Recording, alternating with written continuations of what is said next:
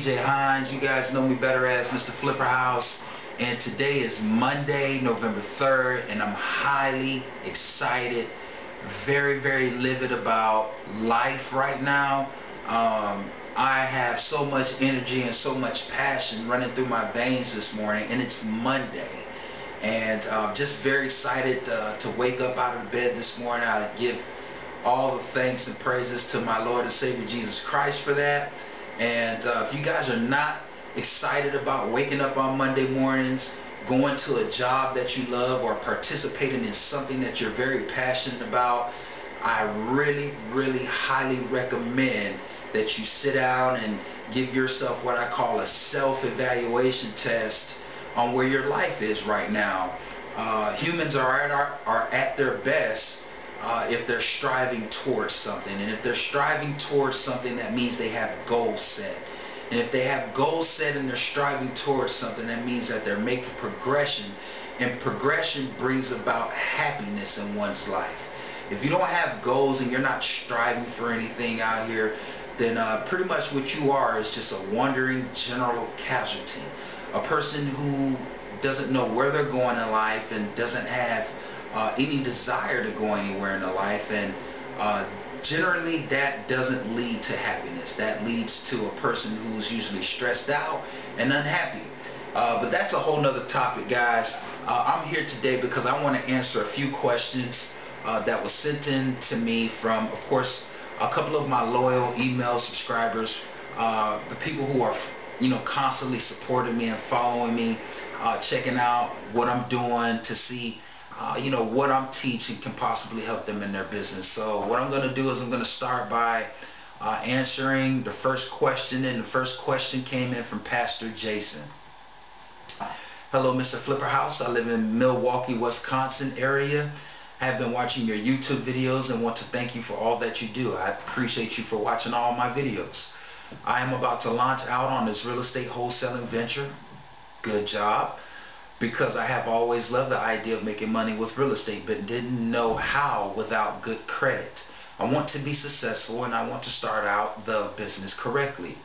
I will start going to my local REIA meetings next week to learn who the investor buyers are in my area.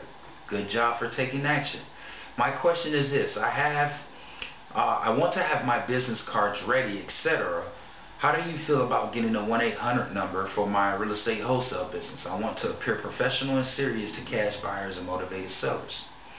Well, to be quite honest with you, Jason, a 1-800 number is not really going to make you seem that much more professional, opposed to you just having a local number, such as your personal number, or you can even get a Google Voice that's a local number where the phones are not, or the calls are not coming directly to your phone. I don't think that is going to hinder your professionalism moving forward in this business. I think that as you are first starting out in the business, it's really good to have a local or personal number, because people want to do business with other people. And a lot of the times, if people who are selling their home and things of that nature feel that you are a big corporate company, they may not want to deal with you, because they want to deal with someone who can get on their personal level. So having a local area number, it doesn't really determine that you're not professional or not, or your professionality or not, or how professional you are. What it determines is that you are a guy who is reasonable, that you are a guy who is real, and you would want to communicate with those people as the calls are coming in, because you're just not getting started in the business. Now, once you get your business up and running and it's thriving and it's running like a well-oiled machine, then you may want to consider or contemplating getting a 1-800 number, so that way you're not getting over bombarded with phone calls coming to your personal phone. So that is my advice, is to just use a local area number right now till you can start getting your feet out there and start letting people know what you're all about and who you are, and what your services are, and how you can provide a service to help your buyers and your sellers. Okay, so that's what I suggest, and I appreciate you supporting me in all of my endeavors as well. Keep watching the YouTube videos, learning as much as you can. It's a great way to start out in this business. That's actually how I started out. I started watching a lot of YouTube videos from different people who were in the industry doing what I wanted to do at the time, and here I am now giving back as those folks once did when I was out there learning. So good job, more power to you. Congratulations on you wanting to step out into your new venture. Success is right in front of you. You just got to step out and touch it, and step out and do the things that are probably going to be somewhat uncomfortable to you at first, but the more you do it, the more comfortable you'll be doing it. So good luck to you, and I'm proud of you. Keep up the great work. Moving on to the next question. Okay, question about, so we're not going to do that. Title company. This is from Malika Collins. I appreciate it, Malika, for you putting your trust and faith in me. Hi, I'm from Baltimore, Maryland, and I have a house under contract, but I do not know how to approach the title company. Any tips on how to conduct yourself when working with title companies for the first time? Do I pay any upfront out-of-pocket fees to the title company? And what if the seller has a title company they want to use, and that particular title company don't specialize in assignment of contracts?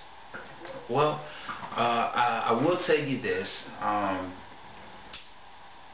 The best way to approach a title company, especially if you are closing a deal without any of your money or credit, is to make sure that you have a contract between you and the seller, and then your B2C contract will be between you and your end buyer. Okay, so you don't want to take just the A to B contract to the title company, have them start doing all the title search, and come to find out you don't even have an end buyer who you can flip this property to, because now the title company has incurred fees by running a title search on this particular deal. So I wouldn't take my contracts to a title company until I have all the documents in place, meaning I have my solidified end buyer in place where I know I'm going to be able to flip this property for a profit. One thing you don't want to do is burn bridges with title companies and take them just a contract between you and the seller if you know you're not closing on it with your own money. If you're closing on it with your own monetary funds, then that's cool. Then the title company knows that you're going to close on it, and you know you're closing on it. But if you know that you're not personally closing on the property, then you should wait until you have both contracts. This way you develop a good rapport with the title company, and they can trust you moving forward by doing business with you. You had another question in here that says, what if the seller has a title company they want to use, and that particular title company don't specialize in assignment of contracts? Now, I will tell you this, that sellers have first preference to whatever title company that they want to use to close that particular real estate transaction out. Now, one of the techniques that I use to try to gain the advantage by closing with my own preferential title company is for me to offer to the seller that I will pay for all of their closing costs. And usually when you are paying for all of the closing costs in the deal, the seller will be very, very receptive to you using your own title company that is able to use an assignment of contract. Okay, so that is one particular way that you can handle that, and 99.9% of the times the sellers would be reluctant not to agree to using your title company if you're paying all of the closing costs in the deal. So hopefully that answer helped you out with your question, and you're able to use it moving forward in your real estate business. Thank you so much for sending that inquiry in. Okay, let's see what else we got going on here. I need you guys to be a little patient with me. I got tons of questions, and I'm just trying to answer them as I go along. Some of these questions, have 5 to 6 questions in each email that they send, so I'm trying to pick one. Okay. that is going to be very, very easy to understand and very receptive for others to learn watching this video. Okay, that way when my right. Okay, this is a good one. This is from the Bay Investor Group. It's not saying where they're from, but first off, thanks so much for all the info you present. My question is, when I'm marketing a property to a buyer, what facts do I absolutely have to know about the property? That way, when my buyer is asking questions, I'll have an answer for everything. Thank you in advance for the answer. Okay, get your notepads and your pens ready. This is actually a pretty good question. The things that you want to have lined up for your end buyer, of course, is the address of the property, okay, the city and state where the property is located, okay. You also want to have the specifics of the house, like how many bedrooms, how many baths, what is the square footage of the home. Also, what you want to have intact for your end buyer, your investor, is the structural makeup of the property. Is this property made up of wood frame? Is the structure a block, brick, cement structure? Or does it just have a cement concrete slab with a wood frame structure? Or is it a wood frame with vinyl siding as the framing? You want to have all of these types of things up front. You want to try to make your end buyer's job as easy as it comes when it's time for them to do their due diligence, so it cuts their time down. And what you usually do, you usually develop trust and rapport with your end buyer at the same time. Also, you want to make sure that you have tons of pictures of the property that you can show your end buyer. And don't be afraid to take pictures of all the damages that are in the house, guys, because if you take pictures of just all the good things that are wrong with the house, and when the investor goes out to the house to actually evaluate the property and he sees that the pictures are totally different from what the property shows, meaning that you didn't have any pictures of any of the damages, then you start to become somewhat untrustworthy to that investor or that end buyer who you're dealing with, and they may not want to deal with you anymore. So go ahead and just take pictures of everything in the property that's good and bad, so that you develop a good rapport with your investor as well. Another thing that you want to have up front is finding out how much is the insurance annually on the property, and how much are the taxes annually on the property. If you have an investor buyer who is interested in holding on to this particular investment, the cap rate is generally going to let the investor know how quickly he's going to be able to get his investment back, and how much he should be making off of his investment. And if you don't have the taxes annually and the insurance annually in your due diligence, then this can greatly affect the cap rate, that the overall cap rate that the investor is going to receive back on the return on his investment. So make sure that you have all of those things lined up, guys, because if you do, you develop a great rapport, like I said, with your end buyer and your investor, and you become somewhat trustworthy to that person, who makes them want to keep dealing with you. And that's a great thing, because this business is all about relationships, guys. You want people to keep buying and buying and buying and buying over and over and over and over again from you. Alright, so hopefully that answered your question, and let's move on to the next question. I appreciate you putting your faith and trust in me as well. Let's move on to the next question here. We'll probably have time to answer one more question, guys. So let's see if I can answer something here that can be receptive to everybody watching the video as well. New investor help. Let's see what this one here. Okay, here's a pretty good one. It's pretty long, but it's a pretty good one. Okay, his name is Alex Ferguson. I appreciate you, Alex, for sending your inquiries in and putting all your trust and faith in me. Hello, I recently got very interested in investing, particularly wholesaling in the Dallas, Texas area. have watched all your videos on YouTube as well as some other investors. You seem the most helpful in examining or explaining what all is involved in wholesaling. I have spent the past week building a cash buyers list. Great job. I feel I am ready to look for motivated sellers. My question is, I don't really understand all the steps I need to take after I get a seller under contract. Do I go to an attorney or title company to have a contract drawn up with special clauses I have? Also, when I go to the title company, what documents should I bring? I don't fully understand all the steps that I should be taking with the documents, contracts, and title companies or attorney. Any advice you may have will help a lot and much appreciated. Well, let's kind of answer the first question. Do I go to an attorney or title company to have a contract drawn up with special clauses I have?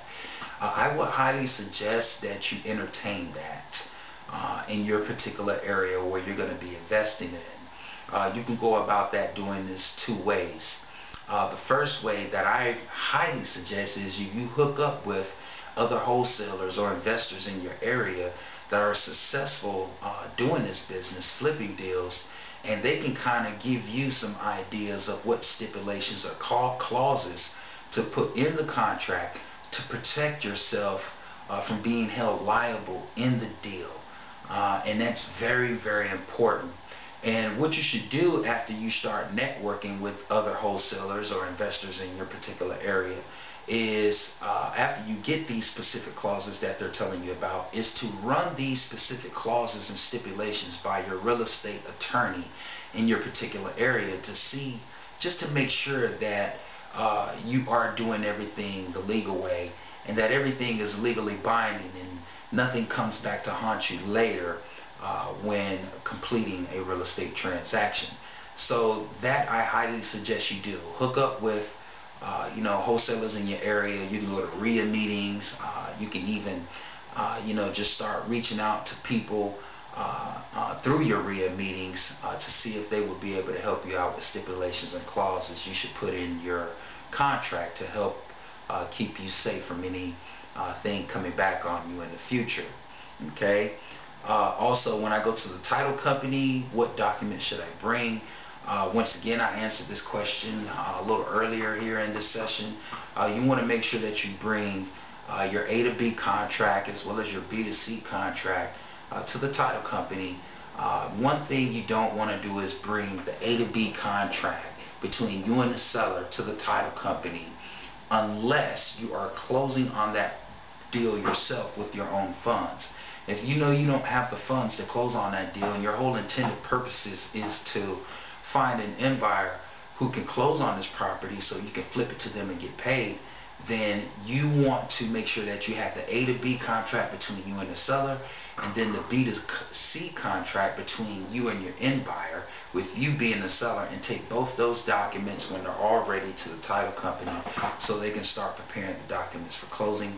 This way they know they have a solidified buyer who's going to be able to close on the property, and it's going to be well worth their time completing this transaction, doing business with you. So hopefully that answered your question. Use that technique in moving forward in your real estate wholesale business. I thank you so much, Alex Ferguson, for putting your trust and faith in me, and hopefully you will be able to use this moving forward. So moving along here, we have time for one more question, guys.